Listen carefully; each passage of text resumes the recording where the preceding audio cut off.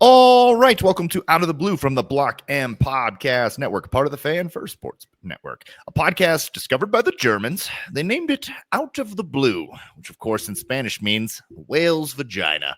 I am Jared Stormer of the Block M Podcast Network. With me, as always, is Andy Bailey, my hetero life mate of the same place.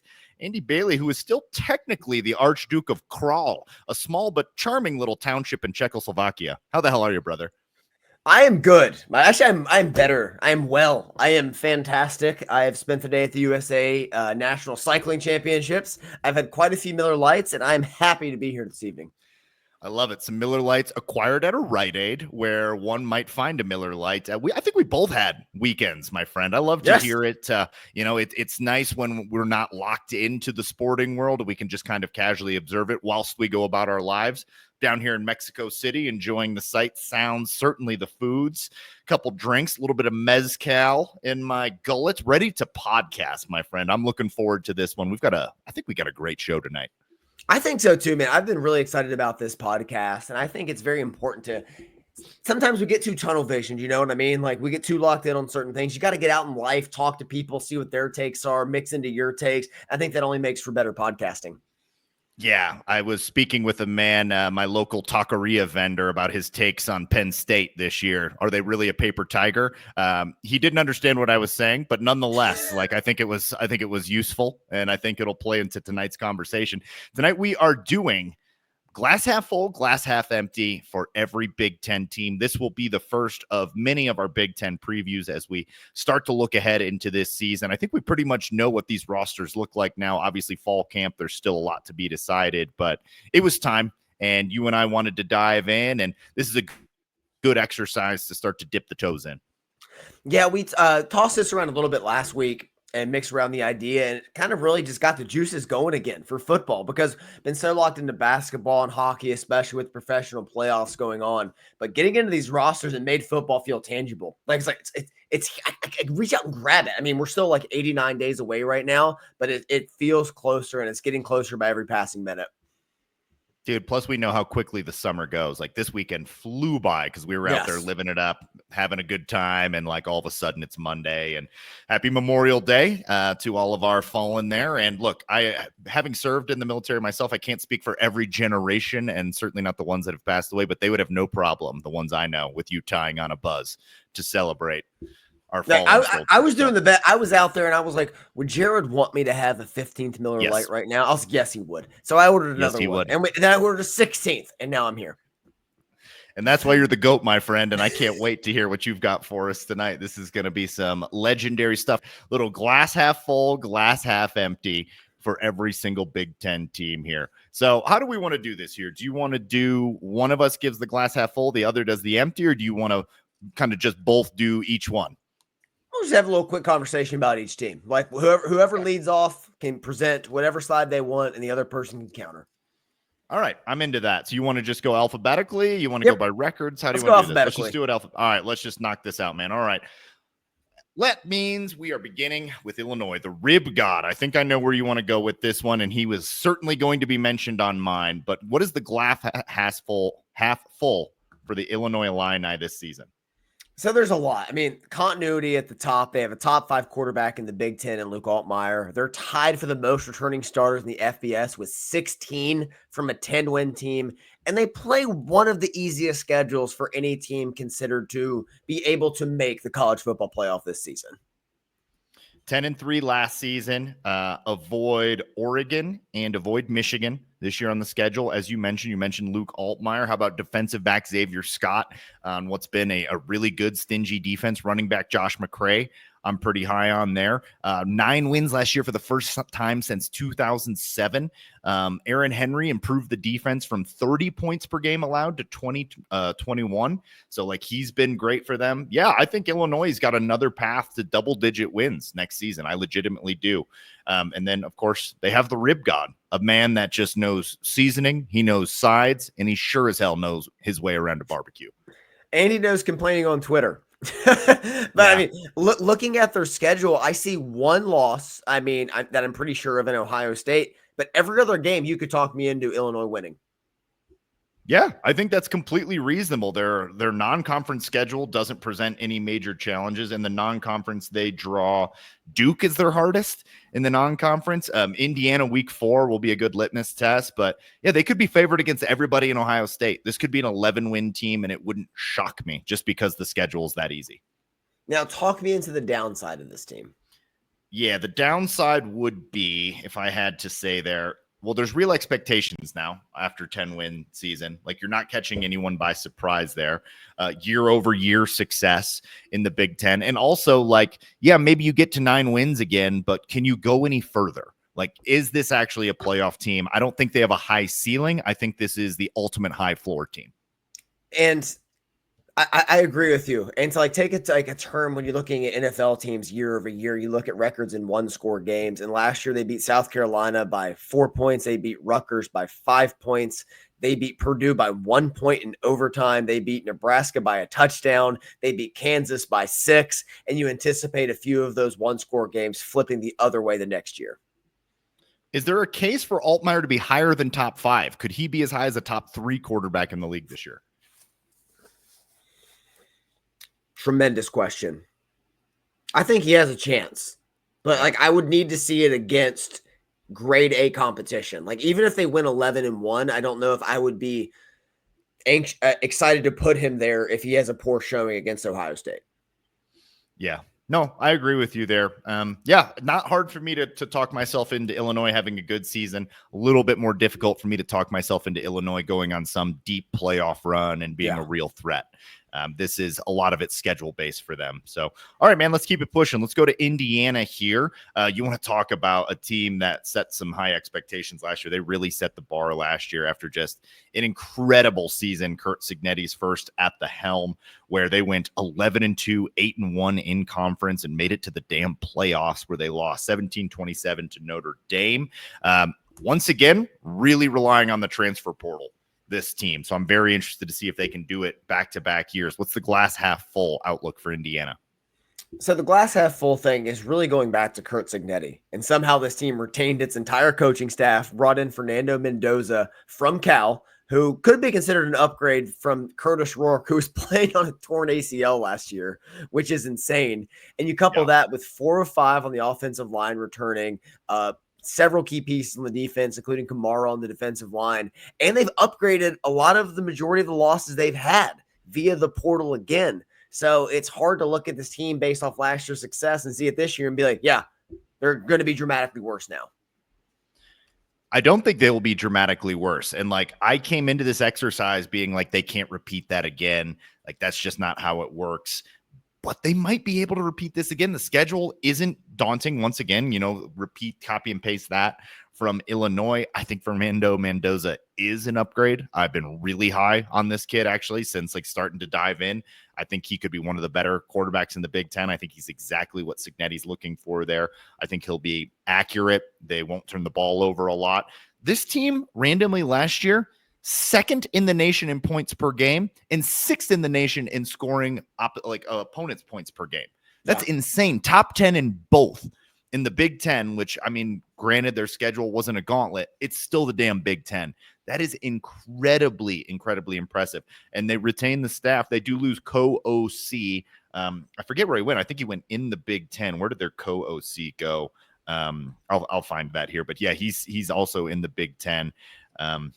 Yeah, this is going to be a good Indiana football team again. So what's the glass half empty outlook here? Glass half empty, to keep it short in the beginning, is Florida State. Look at Florida State in 2023, a team that relied heavily on the portal, was left out of the college football playoff, and then last year was abominable. Like that can kind of happen when you rely on the portal and you don't build a foundation and a culture through recruiting. And then you look at Indiana's schedule coupled with those questions, and starts off easy: Old Dominion, Kennesaw, Indiana State. But then you have Illinois, and then you have road games mixed throughout the year of at Iowa, at Kinnick, bye week, at Oregon, later on at Penn State. Like, it feels like you're already locking in 3 losses right there, potentially, regarding how you feel about Iowa, but 3 of the harshest environments in the Big Ten, if not the harshest. If this team somehow makes the playoff again, we're going to have to just elect Kurt Signetti and just promote him to czar of all of America. Absolutely. I mean, if you can get this team to the playoffs again with a deeper field, a lot of other teams up and coming. You mentioned the schedule there. Those are some tough road games in there. But you'll be favored in every one except probably those 2 road games. We'll get to Iowa here. That's an interesting one. Illinois, we already mentioned. That is going to be a low key just for the sickos, but a really good game in week 4 that I'll certainly have my eyes on. Yeah, I'm with you there. The one thing I wrote down is rebuilding an entire roster based on mercenaries year over year can't work, right? Yeah. But maybe it can. I don't know, but I would have to imagine eventually that catches up with you. But when your quarterback looks like he's an improvement and you've got that position handled, the most important position on the field, I think you're in pretty good shape. I'm pretty high on this Indiana team again. It kind of feels like Tobias from Arrested Development. It never works for anybody. We have a lot of data, but it could work for us. Work for us. That's Indiana. But like, if anyone's going to do it, it's Signetti, man. Like a lot of turnover, but yet like I like a lot of the guys they brought in. Like, and this guy knows what he's looking for. Just an incredible hire by Indiana. And it goes to show you, we'll get to the Maryland discussion here shortly. Like, the difference a good coach and a good program builder can make. So, all right, man, let's keep it pushing here. Let's get to Iowa, who we just mentioned briefly there. Iowa, not a great season by their standards last year. 8-5, 6-3 in conference. Lost to Mizzou in the bowl game, 24-27. Had a couple decent wins in there. Beat Minnesota, beat Washington, beat Nebraska. Bringing back the coaching staff, including the elite, the great, the GOAT, perhaps, Phil Parker. And they bring in Mark Gronkowski. San Diego State quarterback, or excuse me, South Dakota State quarterback, who put up just incredible numbers over his career. So talk me into it, man. Glass half full here. I mean, you have a Phil Parker defense with the best quarterback Iowa's had since Nate Stanley in 2019. That's simple. That's the case right there. Like, I don't need to add anything extra. I mean, we've seen enough from Kirk Ferentz, enough to know he develops a roster and does certain things the right way. But like, you put those 2 things together, just have a competent passing attack. We're going to get into Michigan later. It's very similar. Like, that can take this team a long way.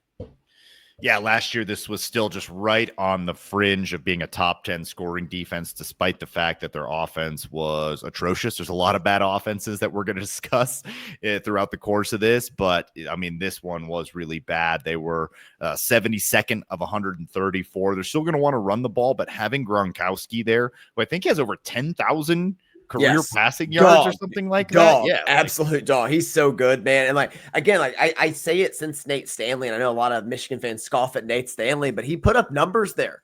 And under Ferentz's son, who we know is just a horrible offensive coordinator in his own right. So to have a competent passer, like, there's going to be a learning curve there, but I can assure you it's going to be better than what Cade McNamara offered them last season, who's now at East Tennessee State. Just keeps going to lesser and lesser teams. Obviously, you draw Iowa State in the non-conference with that rivalry game, but you avoid Michigan, you avoid Ohio State. You've got Penn State, but you've got them at home, and then you've got Oregon at home. So the schedule lines up pretty well that, like, this could be, and I think will be, a bounce-back season for them. But give me the glass half empty approach. How is Iowa going to outperform the Iowa stigma without a dynamic running back like Caleb Johnson? And also, if you look at Minnesota last year, I talked a lot about how Max Brosmer is coming up from the FCS. He's going to tear it up. And he was below average for Minnesota last year with some dynamic weapons around him. So I know we're really high on Gronkowski coming up from the FCS level, but if he's just going to be an average quarterback up here and they don't have a dynamic option at running back, it feels like they're going to be traditional Iowa, 7-8 wins, good defense, and a frustrating offense. Unfortunately, I agree with a lot of that. Like, there's a lot to like about it. Namely, they're getting better on offense. And if you have a top 10 defense with a slightly better offense and a better schedule, that says to me this should be a better season. But how much better? It's kind of like what we were talking about earlier. What is the ceiling here? I don't see any Riley Mosses. I don't see any Cooper DeJeans on this team. Like, I wonder, like, who's the best team or who's the best player on this team? It's probably at the linebacker position with Jay Higgins and Nick Jackson, like, really stout at the linebacker position. But there's not that, like, elite secondary player that I usually see. Jay Higgins is gone. He's a Oh, excuse Raven. me. Yeah, Higgins. Yeah, Higgins is gone. He got drafted. I'm an idiot Yeah. here. Yeah. Looking at this. Yeah. So yeah, I don't see a guy on this defense, especially since Higgins is going. You're right. That like really speaks to me here. So is the defense can we immediately pencil it in as top 10 again? I don't know if it's top 10, but I trust in Phil Parker too much. It'll be good. Like, Yeah. it will be good no matter what. I mean, I wish I could always see the potential of it if it had a competent offense, and it kind of just goes chicken and the egg thing. Like, can the offense be competent enough to help the defense out enough? Because we know the defense is going to be in right position, under right alignment, and play hard as hell. But like, can the offense stay on the field and just give them more than a service academy effort? Yeah. I think overall, positive sentiment for Iowa. I think trending up from last year for sure of 8-5 season. I think they can beat that mark this year. How much higher they can get from that remains to be seen there. But I agree with your final point that defense will be good. Offense just needs to be serviceable. Can you get into the top 50? And I think you'll be pretty decent there and in good shape. All right, let's keep it pushing there. Maryland, boy, do I have some glass half empty thoughts. We'll try and talk ourselves into this Maryland team, who I forgot to put in my document because I forgot they existed after a 4-8 season. They were 1-8 in conference here under Mike Locksley. They were just dog shit on both sides of the ball. They were 101st in points for games. So the offense from Mike Locksley, who was supposed to be this offensive genius, fell apart. And then 105th in scoring defense. So weren't good at anything last year. Feels like Locksley's coaching for his job. Try and talk me into this team. Well, firstly, they avoid Ohio State, Penn State, and Oregon in their schedule. So we'll start there on the scheduling front. Like, it's not a hard schedule. They start off with Florida Atlantic, NIU, and Towson for the first 3 games. And then you look at the recruiting class. They brought in a top 25 recruiting class last year, and including their top-ranked prospect in Malik Washington, who was a borderline 5-star quarterback at 6'4", 215, and a ton of other athletes on this roster to build upon both lines and look for the future. And even as I'm saying this team is betting on a lot of freshmen for next year. And it's hard to get too excited for that year talking about them. But if you're looking at Locksley long-term, I think the case starts with that recruiting class. Yeah, and Maryland was very young last year. They played a lot of young guys on that 4-8 team. So a lot of those guys that'll be coming back that are sophomores now, coupled with that freshman class. If you're talking yourself into it, you're talking into a youth movement. This team this program, I should say, has resources. Like, this should not be a team that struggles. And I think bringing in that recruiting class kind of lends itself to that. Like, this program can bring in elite players. This team can recruit, and they just got to develop these guys. And Mike Locksley has to prove that he's the guy for the job, because his job's probably on the line. I mean, one thing they did right in the offseason was fire Josh Gaddis. I mean, yeah. Michigan didn't fire him after the broils, but I mean, we saw the leap post Gaddis help Michigan. I mean, left there, went to Miami, and then left Miami, and then we saw the bump they had after that, so we went to Maryland. So there has to be a bump there, right? I would assume so. Where is Josh Gaddis now? I thought I saw him valeting cars outside of an Atlantic City, lesser casino not too long ago. I mean, you're right. He is working at the Golden Nugget. It is confirmed, because he is at least not coaching. Nugget. Well, good for everyone that doesn't have Josh Gaddis on their team, because that's a win for them. Yeah, man, I don't think I'm disguising it very well that I'm not high on this team. So glass half empty. This glass is half empty. I'm just going to go ahead and straight up say it. You and I were talking beforehand. I think Mike Locksley is one of the first coaches to go this year. That's going to be one of my bold predictions I make. It's not even that bold, really. That doesn't feel like a hot take at all. Yeah, it feels that way. The recruiting class is the only thing that's going to keep them intact, because they want to try to build upon that foundation. But if they're going to win 3 games this year, I mean, I think you would just bet on somebody else coming in and handling this recruiting class a lot better than he would. Yeah, I'm with you there. And once again, for how deep the Big Ten could seemingly be, not a terrible schedule for them. Wisconsin is the first, then they get a bye week, and then it goes Washington, Nebraska, UCLA, and then Indiana, Rutgers, Illinois, Michigan, Michigan State. So no Ohio State, no Oregon, no Penn State. So if he can't get this team to at least a bowl game, I'm not even sure a bowl game would be enough to save his job. You got to win. I think a bowl game would. I think a bowl game would get his job. Yeah, I do. Okay. Yeah, I think that would buy him some time, especially after last year and what they did, being young and having this recruiting class. If they win 6 games, get to a bowl game, I think that's a big win for them. Okay. Well, you got Michigan State to end the season, so that's a win. And that game could be, who knows? That could be like 5 and 6 teams battling it out for the last spot to get in. Yeah. So you think Loxley actually could retain his job this year then? I'm I feeling do think, like 70-30 he's gone.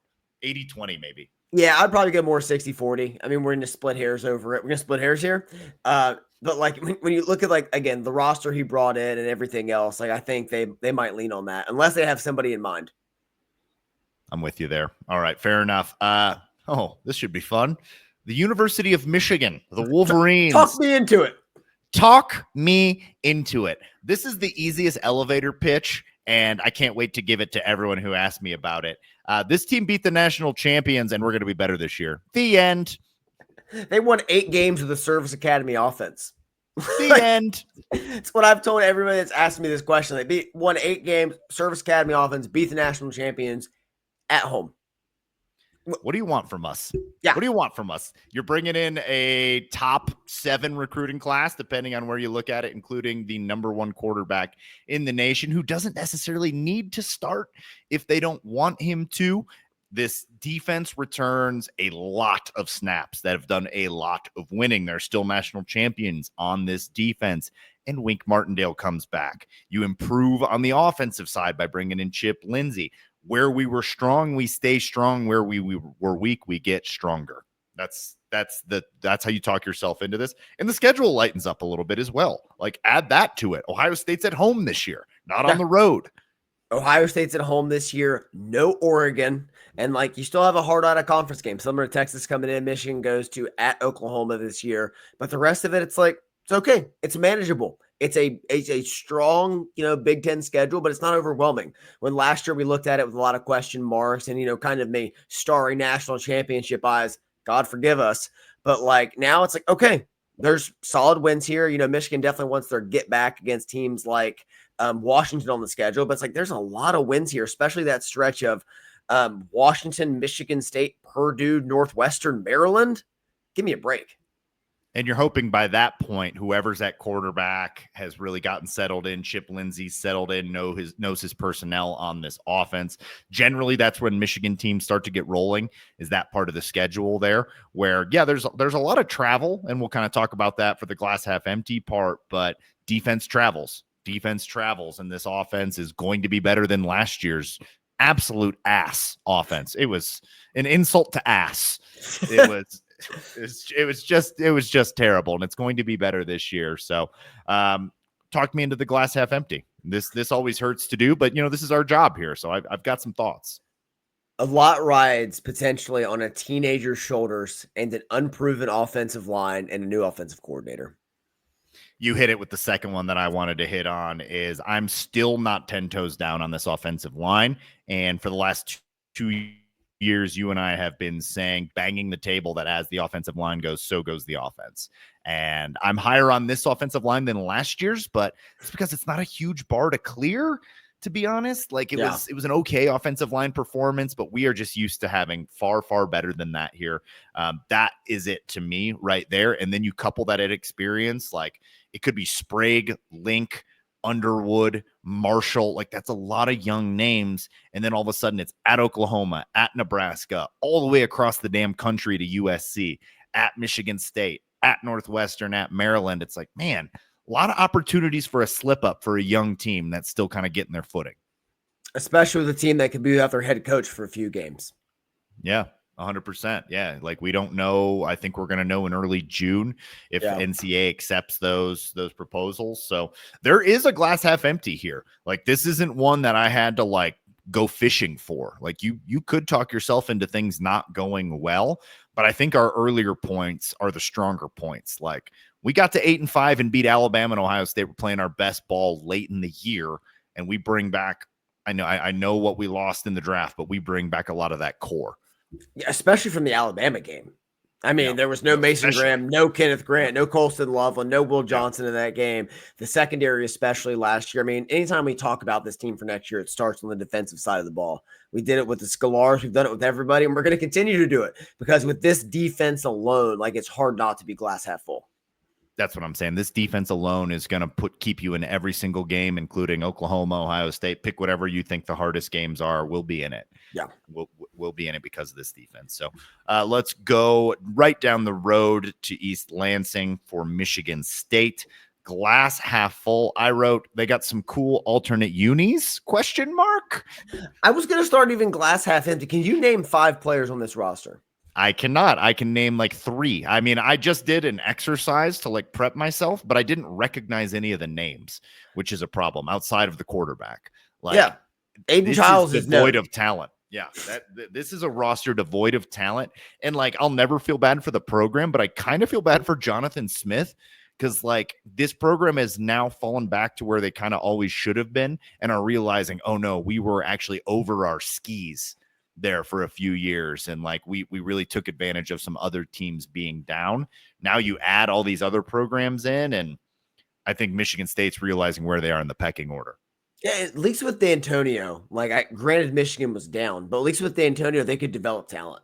And throughout all those years, I could name probably 10, 15 players on the roster that at least like worried me. I was like, that's a good player. That's a good player. But losing Nate Carter last year and other positions, I'm like, where's the fear? Like who am I truly afraid of? I mean, dude, look at 2021 with Naylor and Jaden Reed at receiver.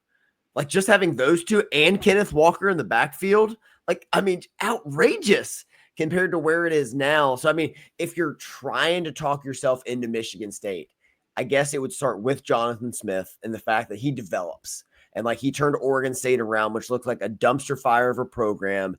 And this team, you know, again, fairly easy schedule to start. I mean, it gets harder towards the end, but you look at the first 6, 7 games. It's Western Michigan, it's Boston College, it's Youngstown State, it's USC, Nebraska, UCLA, Indiana. Like, not the easiest, but manageable. And they could come out there with some easy wins to kind of get in front of this thing. So 5-7 last year, 3-6 in conference. Best win, it was almost certainly Iowa. They retained their coordinators. I'm not sure that that's a good thing, as they were 123rd of 134 teams in points per game. Not great. They were not great, and they weren't that great on defense either. 77th of 134 in scoring defense. I guess if I were going to talk myself into it, it'd be like, I'm surprised they got to 5-7 and we're sniffing around a bowl game with this roster. Like, so I think Jonathan Smith might have actually like been doing some good work there, and maybe that continuity. He is an adult in the room, and like you have like a roster that's probably better than Northwestern, Purdue, but that's it in the Big Ten, and like he's getting a lot out of that. So maybe he's just a guy that can like D'Antonio squeeze a lot out of a little and get this team to somehow 7 wins. You mentioned the schedule there. Do you think that this is a bowl eligible team next year? We're going to go through our over-unders later in the year, but at first glance, I don't think so. I think, again, I think it's going to be very similar. I think it's going to be 5-7, 5-7-ish. Yeah. Feels that way to me too. So I guess we've already done the glass half empty for them because we couldn't even get into the glass half full. It's Jonathan Smith, adult in the room. What it is. That's it. And they were a possession away from beating Michigan. Like, yeah, there you go. True. Like worst Michigan team you're going to see all decade, but that's fine. Yeah, but nonetheless, I mean, I was more afraid of that team, especially in that game at home, than I was of Ohio State and Columbus. And that's how you talk yourself into it. Yep, I'm with you there. Let's take a quick break. When we come back, we're going to keep pushing through this list. We'll be back right after this. All right, we are back. We are righteous men. College football remains very good. We are going through our Big Ten glass half full, glass half empty here. Just finished off with Michigan State. So that means next on the docket, Minnesota. Row the boat, my friend. Talk me into it. It's a little harder than I want it to be, But again, I mean, this roster is consistently maximized by our boy PJ Fleck. I mean, you start with running back Darius Taylor. He's one of the most underrated running backs in the country. Coy Parrish might be the best corner in the Big Ten that nobody talks about. I believe he had 5 interceptions last year as a true freshman, and he's coming back to anchor a defense. And again, if you want to buy into Minnesota, it's easy to talk yourself into Fleck, who had a top 10 finish in 2019, always gets the most out of his defense no matter who's there. This team's going to start off 3-0, and they're going to cause problems throughout their schedule. They dodge Michigan. They dodge Ohio State. They dodge Michigan and Penn State. They do get Ohio State and Oregon both on the road, which is tough. But, like, they're always good at just finding their way to win on the periphery, and that's what I always like about Fleck. So you and I, probably late July, early August, are going to do a Big Ten draft once we really dug into all these teams and we know these rosters there. I think we should also draft coaches and coordinators. And if we do that, I was wondering, like, would Fleck get drafted? Because, like, I hold him in that high of a regard. Minnesota does not have the facilities or the recruiting capability or the recruiting footprint of a Maryland. But year in and year out, I would take Minnesota over Maryland, because of having PJ Fleck at the helm. And this is a guy you want to talk about getting the most out of his team. That's what PJ Fleck does. Last year, 8-5, 5-4 in conference, won their bowl game against Virginia Tech in the Mayo Bowl. They beat USC. They went to Wisconsin and won that. They should have beat Michigan. Yep, absolutely. They do lose Corey Heatherman on defense, who was part of that top 10 scoring defense. I don't think that I remembered that. This was actually a better scoring defense than Iowa last year. A really, really good defensive unit from Minnesota last year. That's the glass half full here, is you retain Fleck, you retain your offensive coordinator. You've got to replace your defensive coordinator. They replaced him with Danny Collins, who I believe comes from linebackers, so they went internal there.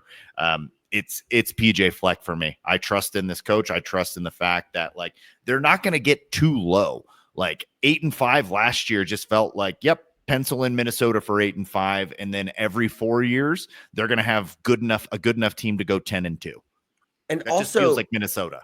Yeah, and if you want to talk about this team last year, so they were 8-5. I don't think that tells the whole story. They lost to North Carolina by 2 points in game 1 because their kicker forgot he had talent. They lost to Michigan by 3, and again, a game we both admit we should have lost. They lost to Rutgers by a touchdown. They lost to Penn State by 1. Did they have Dragon? To the left, Dragon. To the left, Dragon. Yeah, Dragon Kesich forgot he could kick. So that's 4 of their 5 losses by 1 possession. Like right in the mix of all of these games. And again, that's Fleck maximizing their talent. They have to replace, again, key pieces that were drafted. But I just trust in Fleck to do it, man. We've seen this story play out for several years now. It's not year 2. It's not year 3. And he's just going to get the most out of the roster. Like, if he were at Maryland, I would be scared with what he could do with the recruiting out of the DMV. Yeah, I like that we've been kind of comparing those two programs, because Fleck at Maryland would do work. 2024, they were the 35th class. This year, they got like the 50th class. This isn't a team that's going to recruit overly well, but they're going to take the number 31 class and they're going to develop some guys. And some of these guys are going to end up on NFL rosters. And some of these guys are going to be all Big Ten caliber players. But what they're definitely going to do is play as a team.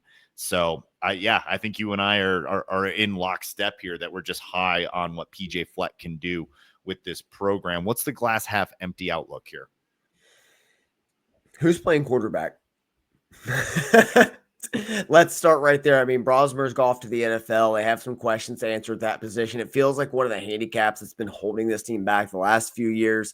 Heatherman's gone. I mean, he was only promoted up to DC for 1 year, but again, you're going to have questions there, especially with Jaw Joyner and other pieces off to the NFL. But like, it all starts and ends at quarterback for me. It's like the most important position in sports. Like, where do you have answers? And especially with the schedule I talked about, it's similar to Michigan's, where it's not the hardest in the world. They're going to get off to a good start, but like towards the back end, we're really going to need some answers at that position. Yeah, for all the praise that we've given to PJ Fleck and the staff, they have not gotten the quarterback situation figured out. It seems to be a contest between Drake Lindsay and Zach Pyron right now. Do you know who either of those people are? Is it Zach Pirate? Is that what you said? Pyron, I believe, is the name. Pyron. He wishes it was Pirate. That'd give him a leg up in this competition, I think. Or a peg leg. There we go. Oh my God.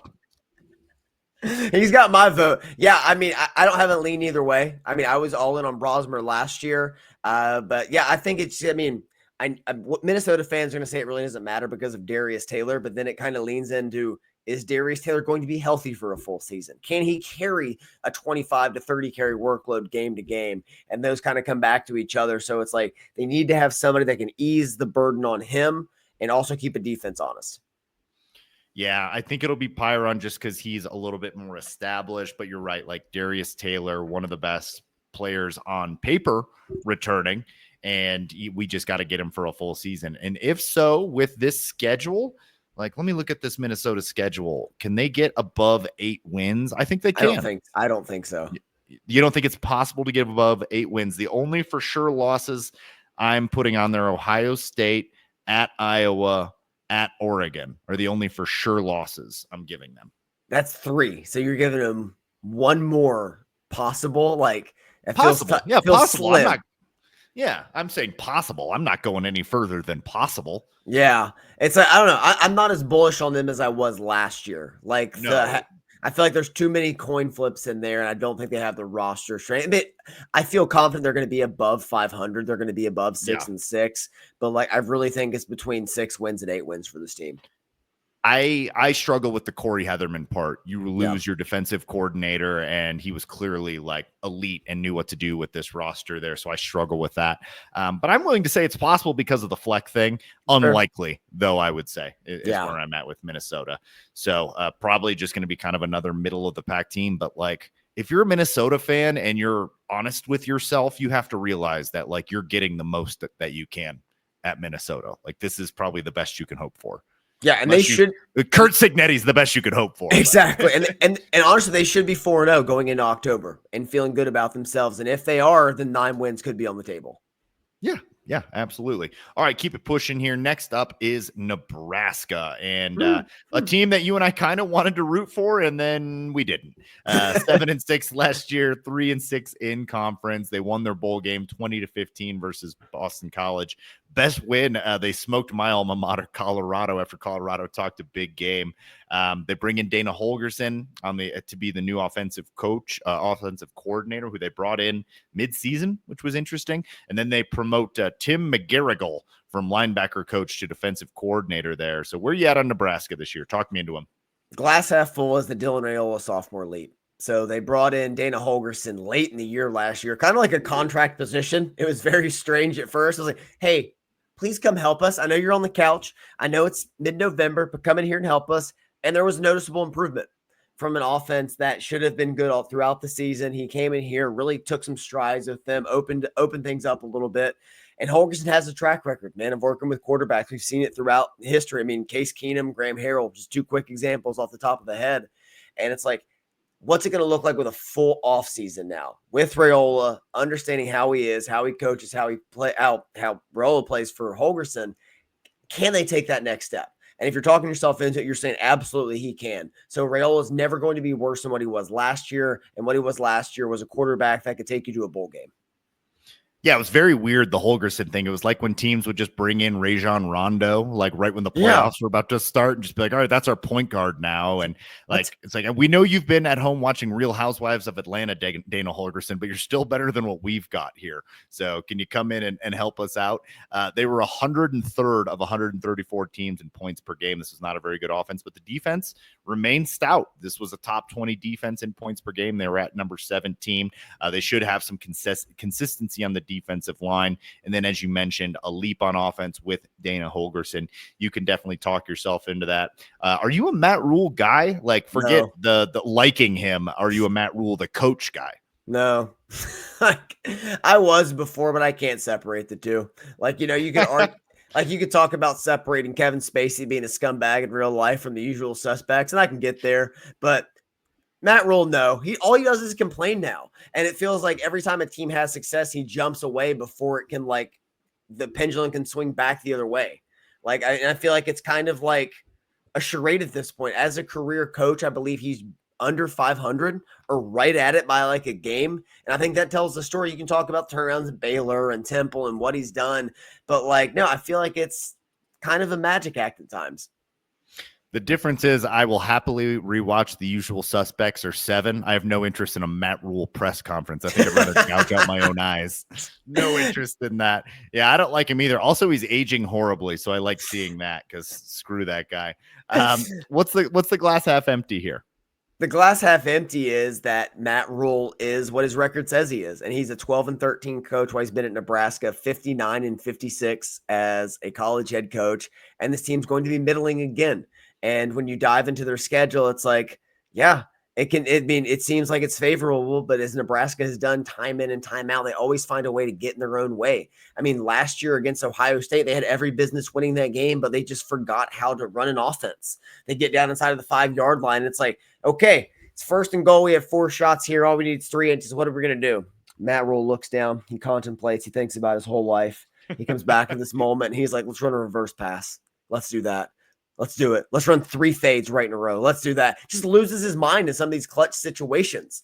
And I have no faith in him as a leader. I don't believe in the Raiola elite coming forward next year. I think he will be better, but I look at the skill positions around him, and it's harder for me to talk myself into it.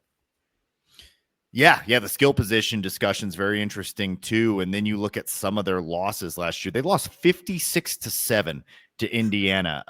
A much more spirited fight against Ohio State the next week, 17-21. They're in a lot of close games, but they're in a lot of close games and find a way to lose them. They lose single score games to UCLA, USC. They lose a single score game to Iowa at to Illinois. To Illinois. Like, they get in close games, and like, can they seal the deal? I hate Dylan Raiola with a passion that they only write about in the Bible. It's like, I hate Ohio State number 1, Tyrese Halliburton 2, and then I think Dylan Raiola is like 3rd. And then it's like, I don't know, Pol Pot or a dictator at 4th. Like, I hate these guys. I was gonna say, like, Jared's like, all right, famine 1, Raiola 2. 1, Raiola 2 after famine. But I like landslides more than I like Raiola. Like, give me a good landslide. Or like maybe like an explosion at a nuclear reactor. It's one of those teams. You look back to the slump, and obviously they tried to correct it last year, dropping 4 in a row. That loss to UCLA at home, 27-20, is damning when you're looking at the future. Yeah, absolutely. I love that we both hate Nebraska now. This pleases me. This is going to be a fun little bit for the season. Well, last year we tried to be fans. We have to find our mid-bowl. We gave it a go. We gave it a go. It was not for us. We tried it on, and we took it around the block. It was not for us. We need to find a mid-bowl this year. Still in search of that, of where we're going to disagree with 2 middling teams. But, man, Nebraska is not it. It's like trying on overalls or a fanny pack as a man. Like, you try it out. You're like, I don't know, man. I don't think I'm an overalls guy. And then you try it. You're like, no, I am sure as shit not an overalls guy. Nebraska, the overalls of the Big Ten. Pretty fitting. Bunch of overall wearing dudes. Nice fans, but we're going to be hate watching you this year. Let's go to a team that I think we have a little bit more positive outlook on. Let's talk about Northwestern. Not a positive season for Northwestern last year. If they went 4-8, 2-7 in conference. David Braun comes back as the head coach. Your best win at Maryland.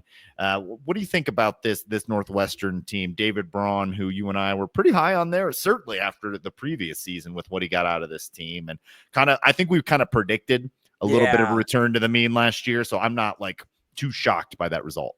No, I think it's going to be a step up. I mean, 4-8, not the end of the world. I think you and I were projecting more around 2 to 3 wins. I think they kind of overachieved at times last year. Braun was the Big Ten Coach of the Year 2 years ago.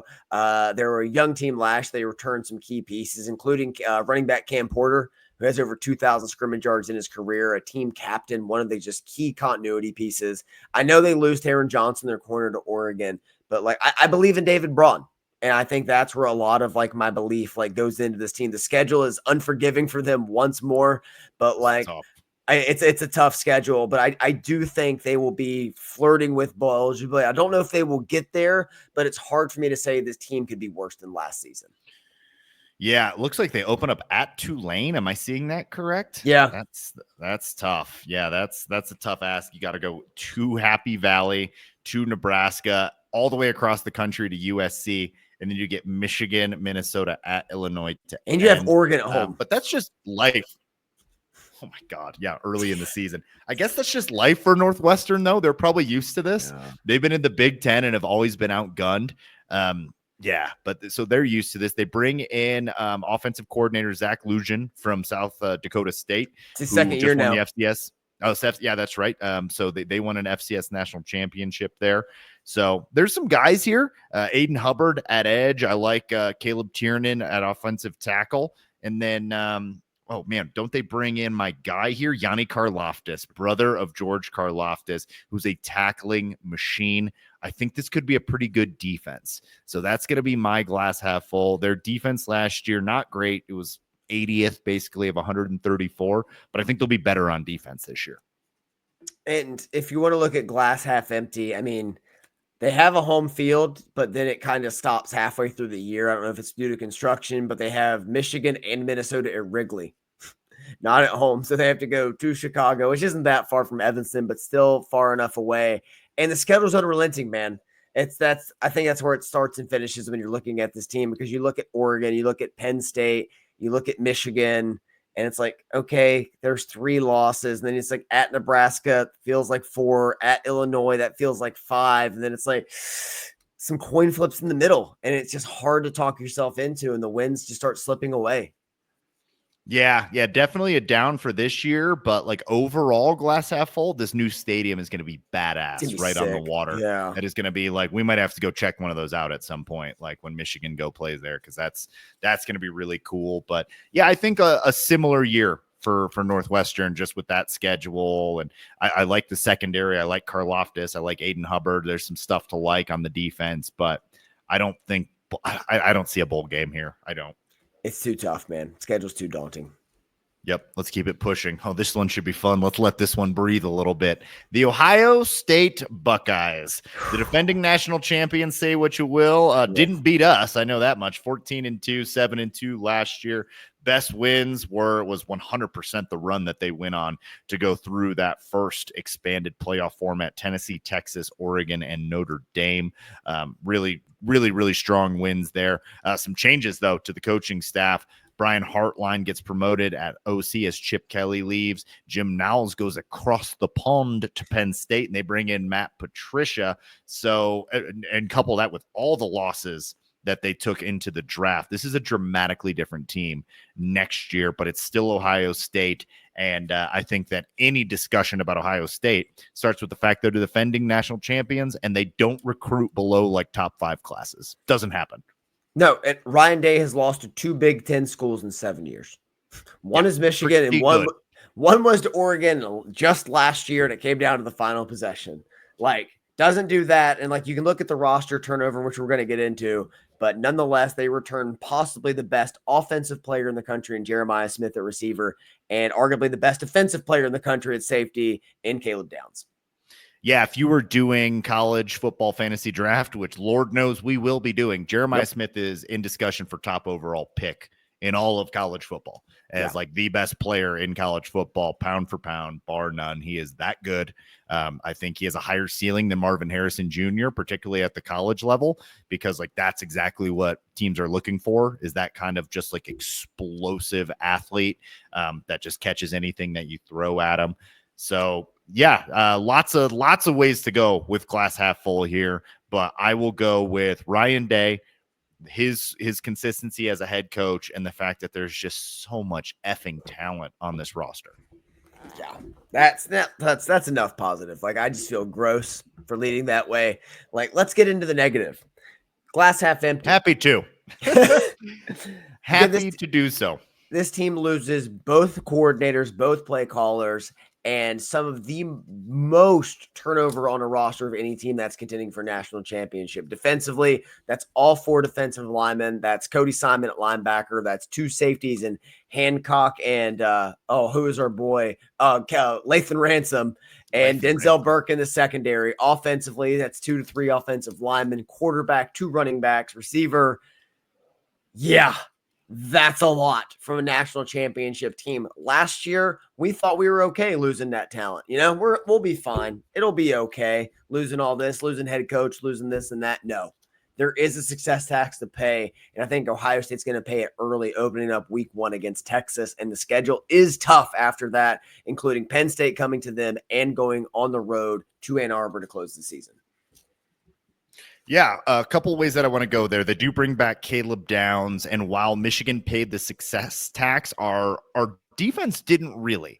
And this was the number 1 scoring defense in the nation last year, which is why I think the Jim Knowles loss is bigger than any of the players on defense. I think having to replace Knowles with Matt Patricia, who I was reading some Ohio State stuff this week, they seem to think that's an upgrade. You were the number 1 scoring defense last year, and you think that Matt Patricia is an upgrade. I think it's time to stop huffing all the ether. You do not upgrade from, there's nowhere to go from number 1. If you are the number 1 scoring defense again this next year, I will eat my own hat. I will eat a shoe that you send me in the mail. You will not be the number 1 scoring defense again this next year. And the success stats probably comes more so on offense is where you'll notice it, though, honestly, where you have to figure out the quarterback situation. There's still a quarterback battle right now between, I think most fans probably presume it'll be Julian Cyan, but there's Keinholz as well, who is a low 4-star in 2023, has played more snaps. I mean, you and I tend to go for the more proven guy there, but there's still a battle going on right there. There's turnover all over the place. And I'd like to reiterate what we said for Michigan. The worst Michigan team you're going to see all decade just came into your house and beat you 10-13.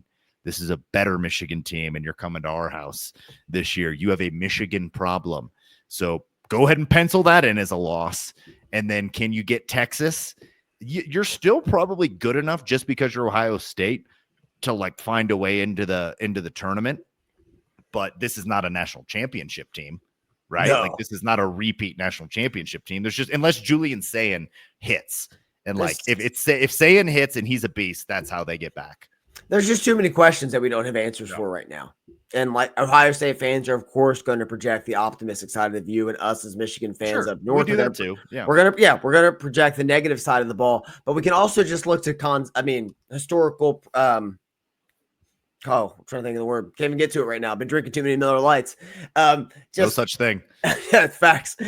Just replacing 2 offensive coordinators and so many starters on defense, there has to be a regression, especially when those guys are going on to be draft picks and moving on to the next level and performed at a high level while in college. Like you look at the skill positions, like we talk about Ohio State's, favoring saying it could be their new 4-star quarterback. Who's running the ball?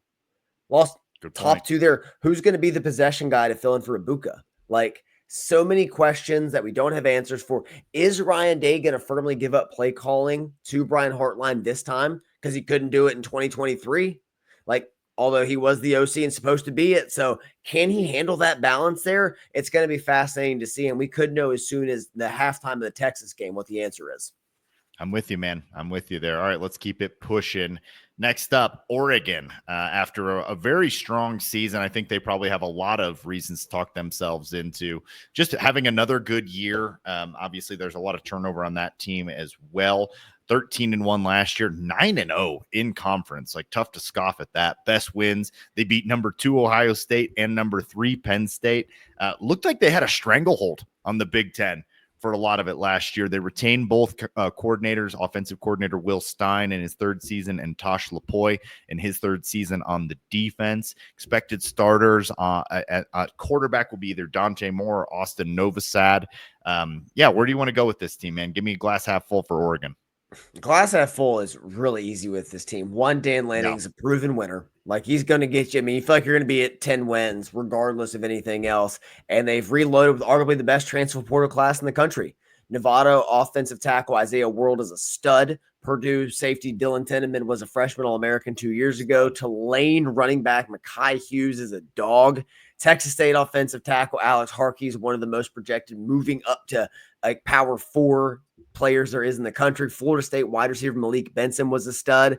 And Taron Johnson from Northwestern, who we just talked about a little bit ago, leaving the program, is also a stud. He's one of the best players and one of the worst secondaries in the country last year and was kind of throttled with too much responsibility. So there's a lot of pieces leaving Oregon again, but I feel like they've reloaded in the best way. They have the coaching continuity, and you feel like with Dan Lanning, no matter what, you're going to be flirting around 10 wins. They avoid Ohio State and Michigan. They have Oklahoma State in their non-conference, but it's at home, one of the hardest places to play. They go to Penn State. That's very That's difficult. All the hard. way.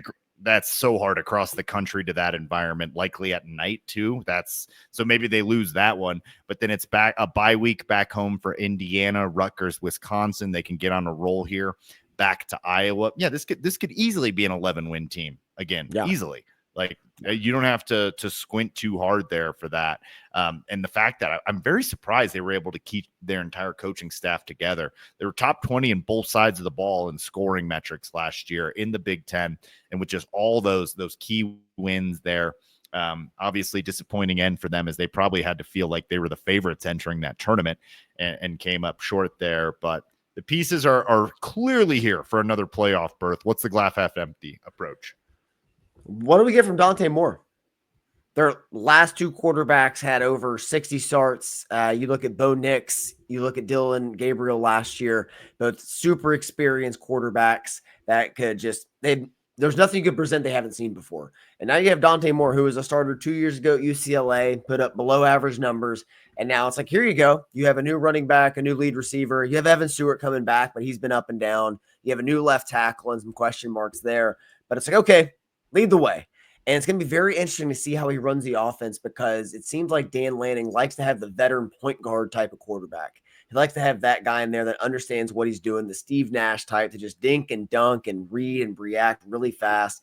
And now he's got a Goran Dragic coming in there. And it's like, okay, do the same thing Steve Nash did. It's like, that's a tough learning curve. And then if you're looking at Dan Lanning, I know you said, like, no matter what, he's going to win 10 games. He's going to keep you in the mix. But can he win the big game? Because 2 years ago, they were 10-point favorites in the Pac-12 championship and lost to Washington. And last year, they were the national championship favorite in the Rose Bowl and just got absolutely embarrassed by Ohio State in a game I feel like a lot of people are just kind of overlooking at this point. Yeah, I think you nailed it, man. My biggest question mark is, like, you expect to be better at the quarterback position when you couldn't get over the hump last year, and it's Dante Moore, who I have serious questions about. There's still a competition between him and somebody called Austin Novosad, who I do not know. I had to Google that human being. He's thrown about 11 passes himself total in his career, and it is not a for sure thing that Dante Moore is even going to win that out. I'm not the biggest Dante Moore guy in the world. And if that's the case, you're going to need to lean on your running game. You're going to need to lean on your defense. And I think that might be a little bit harder this year. So this is going to be a good team. I think 10 wins, go ahead and pencil that in. But playoff team, national champion, I don't see that personally. I don't see this as a national championship roster. I think they're a little worse than last year. I think so too. I think there's going to be more likely to be a regression than improvement from this team that won the Big Ten in their first year in the conference. Yep, I'm with you there. Let's go to Penn State. Very interesting team. One of the teams that is viewed most highly for sure in the Big Ten, coming off a 13-3 season, 8-1 in conference. Best wins is fascinating here. I want to take a moment on this. As I was writing this down, I was like, yeah, 13 wins. There's got to be some good ones in there. SMU, Boise State, or number 19 Illinois at home. Take your pick. Best win for the Penn State season. I guess it's Illinois. Wow. That's what it is. I mean, you look at even like one of their close wins against Bowling Green, second week of the year by a touchdown. That was a dogfight. Harold Fannin was taking over that game. That was an absolute dogfight. And I mean, I think this kind of spoils the fact that the way we view Penn State has not changed. I think it's like we want to look at them as glass half full. We want to be like everybody else and be excited, but it's like it's still James Franklin and it's still a Drew Aller-led offense. Paper Tiger, man. You bring in Andy Kotelnicki, you bring in Jim Nowles. That's my glass half full, is you bring everyone back, and I think you improve at both coordinator positions. Well, Kotelnicki was there last year. Kotelnicki was already there, excuse me. But bringing in Jim Nowles and like having Kotelnicki come back and having that consistency, not that the passing game was that great, 11 yards per completion through the air. Hopefully Drew Aller, who looked like he had a little bit more in him in that playoff run, can take a step. But this was a top 10 defense there, and then you add Jim Knowles there. So that's my glass half full, is like they bring back a lot of people, and they got a better defensive coordinator, the guy that led the number one scoring defense in the nation last year is now on your team. You're out of conference, not that difficult. Oregon's at home. Ohio State's on the road. But like you can even drop Ohio State and still make your way into the Big Ten championship and into the tournament. I am high on Penn State to get back to the playoffs, but I think Penn State is who Penn State is. Paper Tiger. Yeah, it's a middleweight that acts like a heavyweight until a heavyweight shows up. And we're going to know a lot about this team on September 27th when Oregon comes to town. Like that feels kind of like, okay, which one of you is for real? Like we may not know decisively, but we're going to have a better idea. Like, okay, winner of this game could be a problem come December. Yeah, James Franklin's like the James Harden of college football coaches. Like, yeah, pretty good, but like you're never winning the big one. I just don't think I ever see James Franklin winning the big one. And if it's going to happen, it's going to be this year, and I don't see it. He hasn't beaten Ohio State since 2016. Yeah, like great season last year, but every time you were a dog, you played like a dog. Yeah. So that's where we're at there. Let's keep it pushing here. Let's go to Purdue. Purdue, rough study here as I was looking through there last year. Kind of like forgot they existed last year. Didn't watch a lot of Purdue because they were 1-11. They didn't win a Big Ten conference game. Obviously, no bowl game to speak of there. It's a total overhaul with this team. They bring in Barry Odom. The offensive coordinator is going to be Josh Henson, who was with USC Trojans. So he was there for the Caleb Williams, but he was also with Odom at Mizzou. They bring in Mike Scherer, who was the defensive coordinator at UNLV. I think played under Odom as well. This team was in the bottom 130 in both offense and defense. That is almost impressive. They will be better. They could double their wins. They could triple their wins is the positive. That's the glass half full.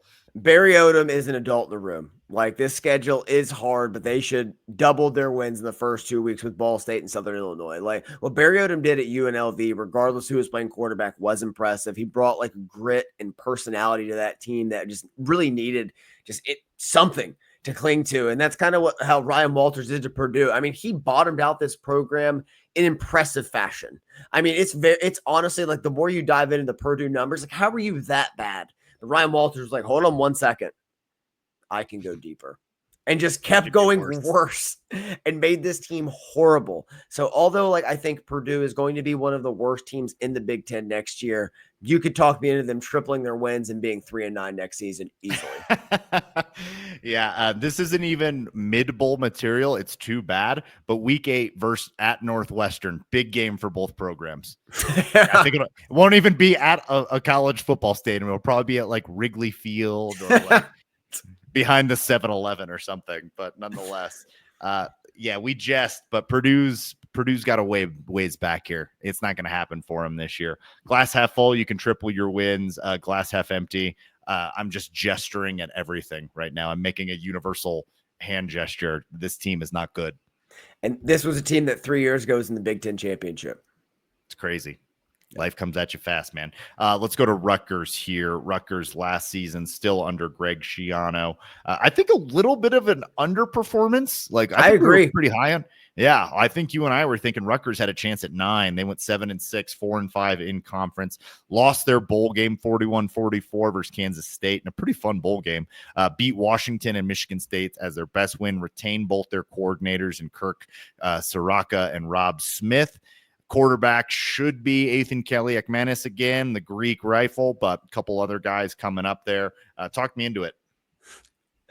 Greg Schiano. That's what it is. It starts there. Greg Schiano is going to find a way to keep this team competitive in all the big games. Offensive line is one of the most experienced in the conference. And we know if Schiano has that, then he's going to be a hell of a coach because that's how he builds his team is nasty through the trenches. They have continuity on the coaching staff.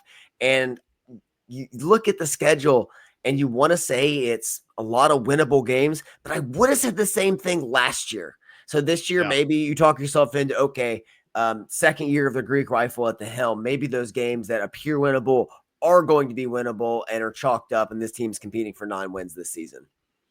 Yeah, I wrote for my positive, I see 6 winnable games and a bowl game is possible. And for Rutgers, that should be considered a good season. Yeah. Rutgers, absolutely. I mean, Rutgers fans should never get it twisted with Schiano. Like, these are the golden years. These are the good days. Yeah. Like, enjoy them, soak them up. I think you can get to 6 wins. What's the glass half empty approach here? Ethan Kalimanis is still the quarterback. The Greek rifle, and also this schedule is a nightmare. I mean, the first little bit is okay, but then towards the middle, you have Oregon, you have at Illinois, you have at Ohio State and Penn State to close the season. I mean, that is just brutal in the second half of the year, and trying to keep momentum through that can be very tough. Yeah, they avoid Michigan and they avoid like really tough travel other than at Washington. That'll be difficult, but it's coming off of a bye. So hopefully Yeah. that helps you a little bit there. But yeah, it's tricky. It's really tricky for Rutgers. Last year was the year if you wanted to have that crazy good, oh my God, Rutgers won 9 games. Yeah. Last year was your opportunity. So I would agree with you on Rutgers there. Let's go to UCLA. Kind of a fun program to dive into. I was enjoying looking through some of what UCLA did last year. After a pretty interesting end to the season under Deshaun Foster, they were 5-7, 3-6 in the conference. They beat Iowa 20-17. Made a change on the offensive side where they got Tino Sunseri. He was co-OC at Indiana, so that was the Indiana change that I was mentioning earlier. So bringing them over from that number 2 offense, and they get Nico Iamaleava from in the transfer portal. Kind of a surprise there. So UCLA's got a little juice right now with how they ended the season and the Nico edition. So I think that's where I lean with glass half full, is like they ended the season looking like a competent team, like a team that actually belongs in the Big Ten. They bring back junior running back Javian Thomas, so that'll help Nico quite a bit there. And then a defense that just started to really creep up over the last couple weeks. They were keeping people below 21 points on average, 25 points per game they allowed last year, but got better as the season went along. I think we have to stop writing off coaches after bad introductory press conferences. It happened. It happened with Dan Campbell in Detroit. It happened with Nick Sirianni in Philly. It happened with Jonathan Gannon with the Arizona Cardinals. And it happened with Deshaun Foster with UCLA. His press conference was terrible. You and I were so down on this program. We couldn't have been more down. I mean, it was just ridiculous coming into it. But unless you paid attention, like this team got better. And that's all you really want to see from a football team. This team started out 2-5 entering their bye week and then hit November. And then all of a sudden just started to string together wins, finished 3-2 down the stretch, 4-2 overall. If you go back to the Rutgers win, and they have some real momentum going into the next season with them. I like the trajectory of the program. I like the way everybody feels bought in. I mean, it's not the easiest schedule in the world in terms of UCLA, but it's winnable. There's a lot of winnable games on here. There's no way you could have talked me into this team being potentially 5-7 last year. I think they're going to compete for a bowl game easy this season. Yeah, I'm with you, man. And a bowl game for UCLA in this conference would be awesome. Should take care of your non-conference schedule. They got to go at UNLV, but I'm not positive what UNLV has going on. But then it's Utah. Northwestern. You got Utah to start the season is tricky. Yeah, that's tricky to start the season. But then it's bye week at Northwestern, Penn State at home, at Michigan State, Maryland, at Indiana, Nebraska at home, Ohio. This is tricky. This is tricky for you. It's right there. Like you see, I see 5 wins. Wins, and it's like you start. But again, this team overachieved last year, so I think I'm kind of buying into the culture. Yeah. So maybe who was that Jacksonville head coach that gave the horrible interview where he said Duval like a pedophile? Duval. Liam Cohen, is that his name? Yeah, that's his name. So maybe that guy's he might be a stud. Could be a great head coach. Yeah. That's where we're at. Glass half empty is this schedule. You lose Carson Schweschinger as well, who was a huge part of that defense and that run when they really turned things on late in the season last year. This is just a tough schedule, but you hope that Nico can get you over a couple of these games. I want to pick like a key game for them. Like I think Utah's probably a loss, even though it's Washington at home. Yeah, late in the season. Like Washington, USC to end the season. Those are the 2. Yep. If you can get those to end the season, like you can really end on a high note and maybe vault yourself into a bowl game. So speaking of USC, let's go there. 7-5 last year, 4-6 in conference. Lincoln Riley stays on board. They won their bowl game 31-25 over Texas A&M. Did beat LSU and Texas A&M last year, but overall a disappointing season. They bring in D'Anton Lynn, our guy, Already on there. defense. Yeah, you're right. D'Anton Lynn was already there. Excuse me. But I like what D'Anton Lynn can be, but 57th in scoring defense last year wasn't quite the bump up that I was hoping for from our guy there. Jaden Maeva, presumed starter at quarterback. Give me the glass half full. Arguably, roster talent and coaching talent, no one has more than USC. Like it makes no sense as the team only won 7 games last year. Like I just can't make it make sense. I dive all the way through it. The fact that D'Anton Lynn, who you and I were high on when they made the hire, couldn't anticipate an Alex Orji-led offense running the football exclusively down the stretch against Michigan is mind-blowing to me. Like, why aren't there 11 people in the box all closing the gaps? I can't get past it. This team has underachieved several years now, and it's so hard for me to buy in there's going to be turnaround. But if there is, it's because of that talent. It's because of Lincoln Riley. You talk about beating LSU, beating Texas A&M last season, and this year it starts off with a cakewalk. Missouri State, Georgia Southern, Purdue, Michigan State. There should be 4 wins right there. So you're telling me the rest of the schedule, all they have to do is just try to find a way to get 4 more and they're better, and they have Nebraska, Northwestern, Iowa, UCLA in the mix. Granted, I know they're going to have to go to South Bend and Michigan back to back in the middle of the schedule, but like, come on. Eventually, Lincoln Riley has to be the guy we saw in 2019, right? That's where I'm at, man, is like, if it's not going to happen for Lincoln Riley next year, I'm just going to assume USC is a place that you can't win at, because they have everything in place that they need to win, including a returning Zachariah Branch, all the talent. Branch everywhere. is gone. Like, you look Branch up and is down at Georgia. Oh, that's right. He transferred to Georgia. That hurts him so much too. Yeah, that's really going to hurt him, because I was excited to see him. Did Bear Alexander transfer as well? He's gone. I think he's in Oregon.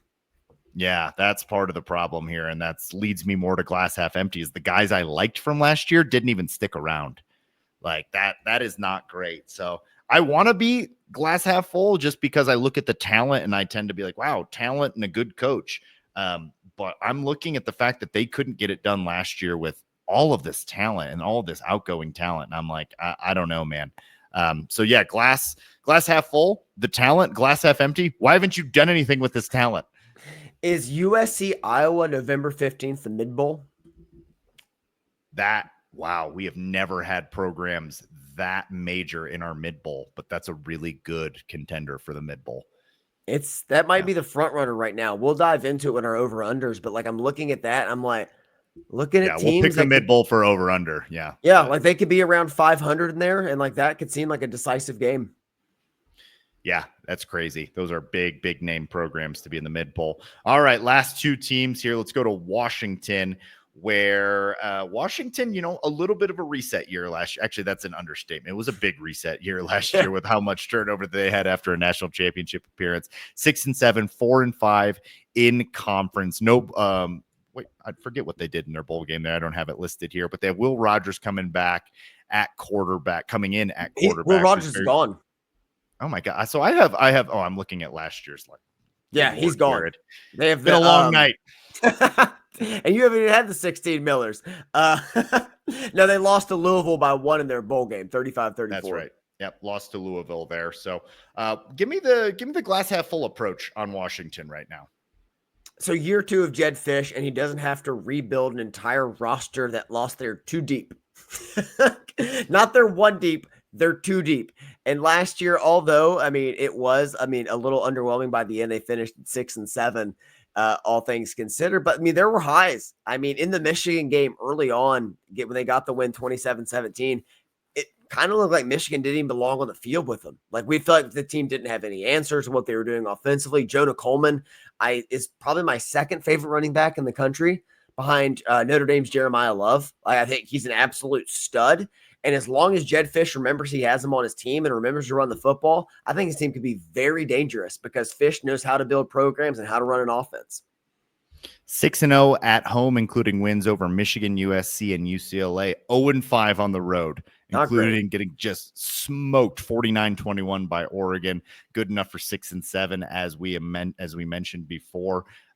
So the 2024 campaign saw the emergence of DeMond Williams at quarterback. He will be the one expected to step in this year. So I'm interested to see them with that kind of a quarterback. I think that's more in Jed Fish's wheelhouse.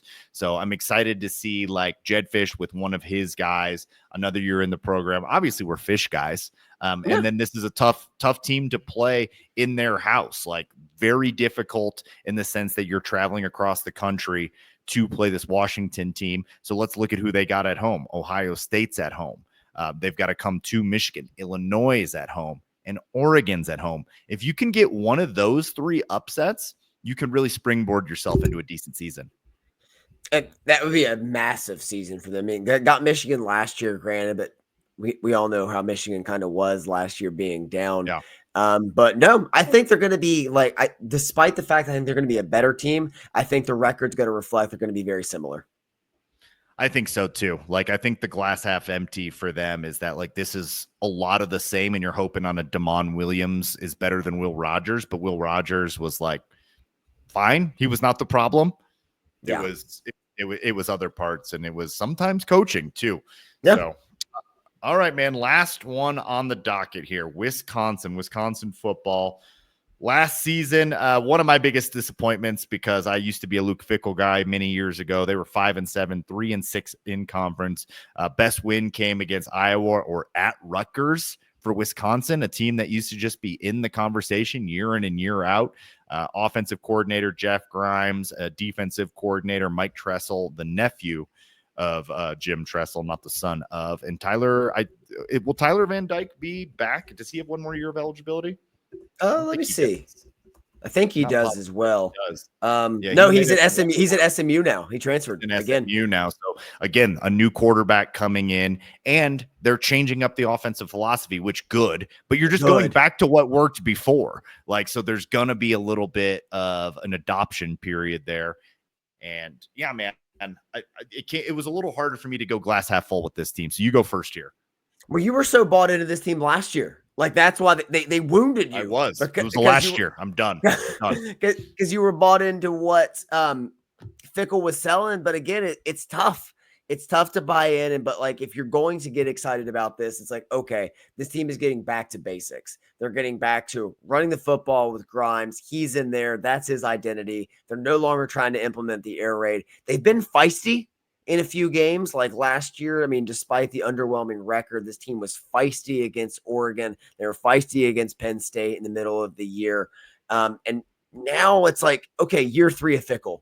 He's got it figured out. If he can bring that kind of just ferociousness and tenacity in those big games, those one-offs, with a philosophy that matches his personnel, then okay, this team has to take a step forward, because under Fickell, they won 7 games 2 years ago, and that was Paul Christ's worst year. That was the high. Yeah, that was the high of his tenure, and that was Paul Christ's worst season in 1, 2, 3, 4, 5, 6, 7, 8 years, which saw him get canned. So Fickell has to be over 7 wins this year, I think, if he's going to stay in Madison. Wisconsin hasn't had back-to-back seasons below 500 since 91-92. So if they don't do it again this year, they'll be in that kind of territory. They just signed an extension for Fickell. I think they might be willing to eat it with another sub-500 season. This has been not quite disaster level, but just short of disaster. It's like, it's not like an oil spill in the ocean, but it's at least that Mexican ship crashing into the Brooklyn Bridge. It's the Bo Pelini corollary, man.